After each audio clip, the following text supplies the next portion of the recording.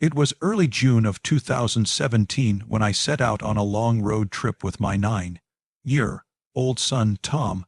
We were driving from our home toward West Virginia to visit family, and from the very beginning, the journey felt exhausting. My car's air conditioning wasn't working, and the summer heat was relentless. By the time we had been on the road for 6 hours, both of us were irritable and worn down. We had left later than planned, which meant the sun had already set, and by around 9 o'clock at night, we were still cruising down the interstate in near darkness. That was when Tom began complaining that he urgently needed to use the bathroom. Tension had already been building between us throughout the drive, and his repeated complaints sparked a short argument. It wasn't anything dramatic, just personal frustration that I'd rather not put on the internet. But the mood in the car was undeniably strained. Relief came when a blue rest area sign flashed past us on the highway. I quickly veered off the interstate and pulled into the dimly lit rest stop. The place was small and quiet, with only a simple building housing 2 bathrooms, a couple of vending machines, and a few benches. The only other vehicle there was a large white pickup truck parked nearby. As soon as I stopped, Tom jumped out of the car and sprinted toward the bathroom. I left the engine running, assuming he would be back within minutes. We weren't really speaking at that point, and I figured the rest of the drive would continue in awkward silence. About a minute later, I heard the back door open and close. I assumed Tom had returned, but I didn't turn around. I thought about saying something, but nothing came to mind, so I simply pulled out of the rest area and headed back onto the interstate.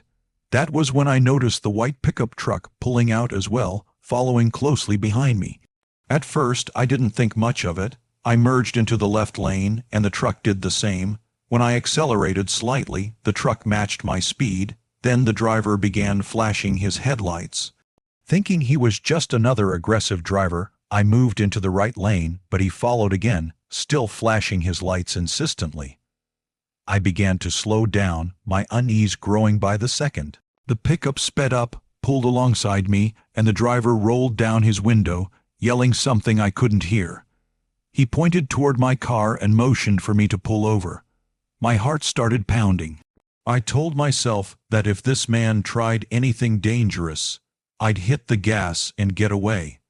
I eventually pulled onto the shoulder, and the truck stopped behind me on the grass. The man jumped out and ran toward my car. I put the vehicle back into drive, fully prepared to take off, until he shouted, "Wait." He reached my window, panic written all over his face, and said words that froze me in place. "That's not your kid." Confused and alarmed, I asked him what he meant. He pointed toward my back seat and repeated himself, saying the child who got into my car was not my son. Before I could react, the back right door opened.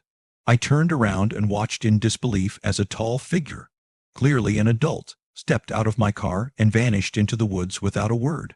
My legs went weak as the realization hit me. The pickup driver stood there, just as shaken, and I thanked him repeatedly as fear and relief washed over me all at once. Without wasting time, I drove back to the rest area, the pickup following close behind. When we arrived, Tom was standing outside the bathroom, completely unaware of what had just happened. He got into the car, confused by the panic in my voice as I explained everything. The pickup driver backed up my story, and after one final thank you, he returned to his truck. Tom was fascinated by the incident, while I was deeply disturbed. Strangely enough, that night brought us back onto good terms, and we talked the rest of the way to our destination. I never saw the face of the person who got into my car, and honestly, I'm grateful for that. Some things are better left unseen, especially when you don't know what they might have done if things had gone differently. A more recent incident happened during a road trip my girlfriend and I took to California. The drive there was uneventful and calm. We left early in the morning, enjoyed the scenery, and reached our hotel by nightfall without any problems. The trouble didn't begin until the return trip. We left around midday, and because of the distance, most of our drive back home ended up taking place after dark. It was roughly a 10-hour drive each way, not counting food stops. We stopped twice to eat, once after a few hours on the road, and then again much later into the night when exhaustion was starting to creep in. At around 12:30 a.m., we pulled off the freeway to grab food from the nearest Wendy's. After getting our order, we got right back on the highway. I started eating while driving, eager to make it home as soon as possible, but my girlfriend wasn't happy about it. She kept warning me to slow down and focus, especially when rain suddenly started coming down harder than expected. The road quickly became slick, visibility dropped, and my girlfriend finally insisted that I pull over. Reluctantly, I did. Moments later, the rain turned into a full downpour, hammering against the car so loudly it drowned out almost everything else.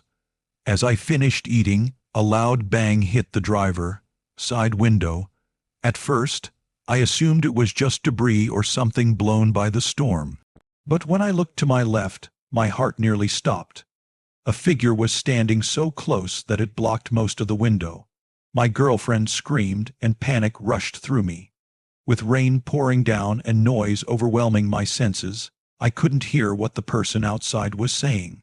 I cracked the door open slightly and shouted back, only to realize it was a woman. She looked soaked, disheveled, and visibly frightened. She asked for a ride.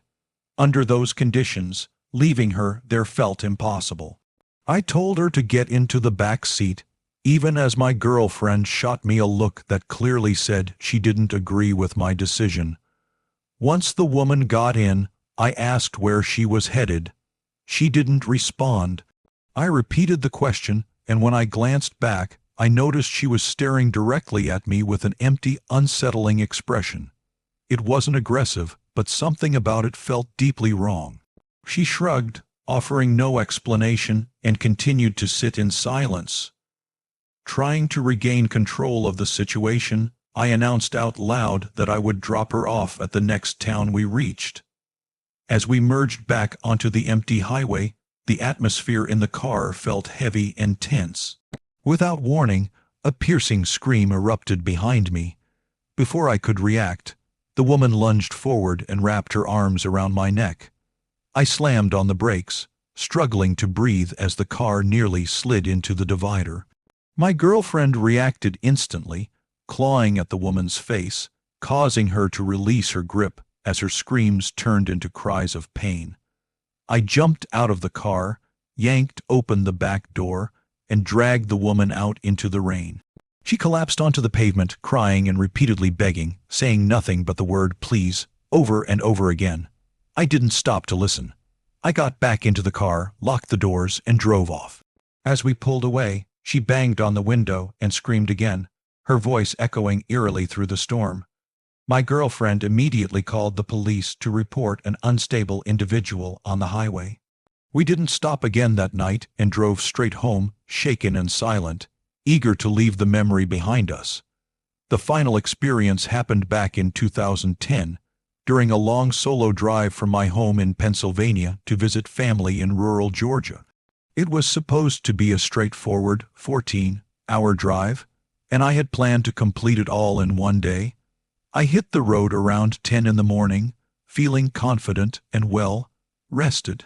I stopped once for lunch at a